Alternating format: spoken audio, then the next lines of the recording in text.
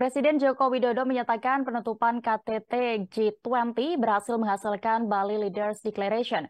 Meski sempat diragukan, tetapi Indonesia akhirnya berhasil membuktikan dengan deklarasi sejumlah poin, termasuk menghentikan perang Rusia-Ukraina. Jokowi mengaku diskusi untuk mencapai deklarasi ini sempat berjalan alot. G20 Bali Leaders Declaration ini adalah deklarasi pertama yang dapat diwujudkan sejak Februari 2022 lalu. Menurut Jokowi, G20 Bali Leaders Declaration awalnya sempat diragukan oleh banyak pihak, tapi akhirnya kini bisa disepakati bersama. Ia mengungkapkan G20 Bali terdiri dari 52 paragraf. Dari keseluruhan itu, terdapat satu yang menjadi perdebatan panjang para pemimpin G20. Yakni terkait pernyataan sikap soal perang di Ukraina. Diskusi terkait perang di Ukraina ini sempat berlangsung sangat alot. Saking alotnya, menurut Jokowi, pembahasan perang di Ukraina dilakukan hingga tengah malam. Tetapi akhirnya berujung pada kesepakatan bersama, condemnation perang di Ukraina karena telah melanggar batas wilayah dan melanggar integritas wilayah. Tidak hanya itu, G20 juga membahas terkait dampak perang kepada kondisi perekonomian global yang berujung pada beberapa capaian konkret. Di antaranya adalah terbentuknya Pandemic Fund yang sampai hari ini berkumpul 1,5 miliar dolar.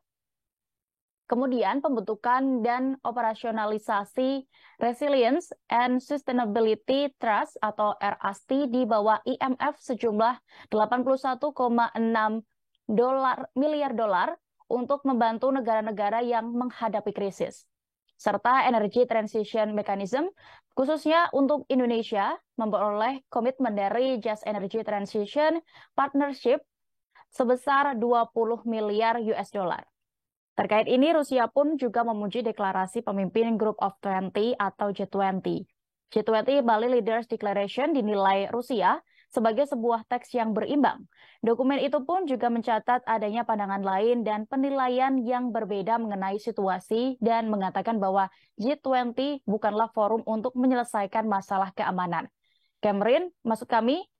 Kremlin bahkan sudah menerbitkan terjemahan deklarasi tersebut dalam bahasa Rusia yang lengkap dan akurat di situs webnya. Langkah ini pun mengejutkan mengingat kata-katanya sangat kritis terhadap Moskow. Pernyataan itu menggunakan kata perang, merujuk pada agresi oleh Federasi Rusia terhadap Ukraina.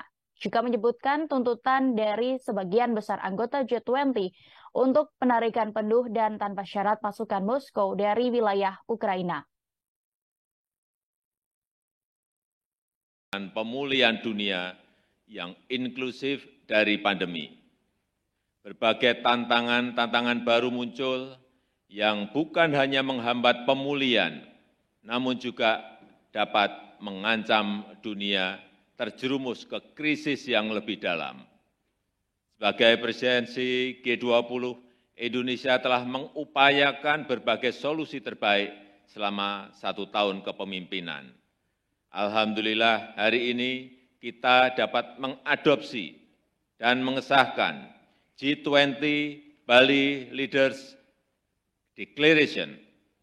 Ini adalah deklarasi pertama yang dapat diwujudkan sejak Februari 2022.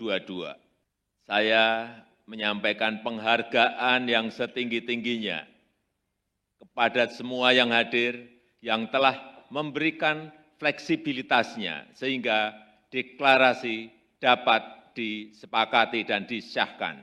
Saya juga ingin menyampaikan penghargaan yang setinggi-tingginya kepada seluruh working groups dan engagement groups atas dedikasi, sumbangan, pemikiran, dan kontribusinya bagi presidensi G20 Indonesia.